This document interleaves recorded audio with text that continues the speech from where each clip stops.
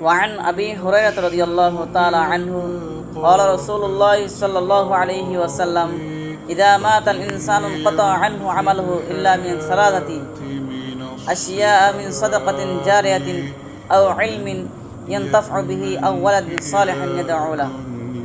হযরত আবু হুরায়রা রাদিয়াল্লাহু তাআলা আনহু হতে বর্ণিত, তিনি বলেন রাসূলুল্লাহ সাল্লাল্লাহু আলাইহি ওয়াসাল্লাম বলেছেন, যখন মানুষ মারা যায় তখন তার কার্যক্রম বিচ্ছিন্ন নিঃশেষ হয়ে যায়, কিন্তু তিনটি আমলের সওয়াব কিয়ামত পর্যন্ত তার কবরে অব্যাহত থাকবে, কিয়ামত পর্যন্ত তার কবরে সওয়াব পৌঁছাতে থাকবে।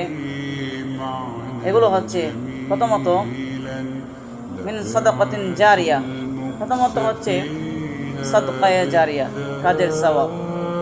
2 নম্বর হচ্ছে এমন জ্ঞান রেখে যায় যার থেকে মানুষ উপকৃত হয়। 3 নম্বর সওয়াব হচ্ছে এমন সন্তান রেখে যায় যেই সন্তান আল্লাহর দরবারে তার মা বাবার জন্য দোয়া প্রার্থনা করে, ক্ষমা প্রার্থনা করে, আল্লাহর কাছে কান্নাকাটি করে মা বাবার জন্য দোয়া চাই। এমন সন্তান যদি রেখে যায় তার কবরের সওয়াব পৌঁছাতে থাকবে। আল্লাহ তাআলা আমাদের সবাইকে আমাদের মৃত মা বাবাদের জন্য দোয়া করে তৌফিক দান করুন।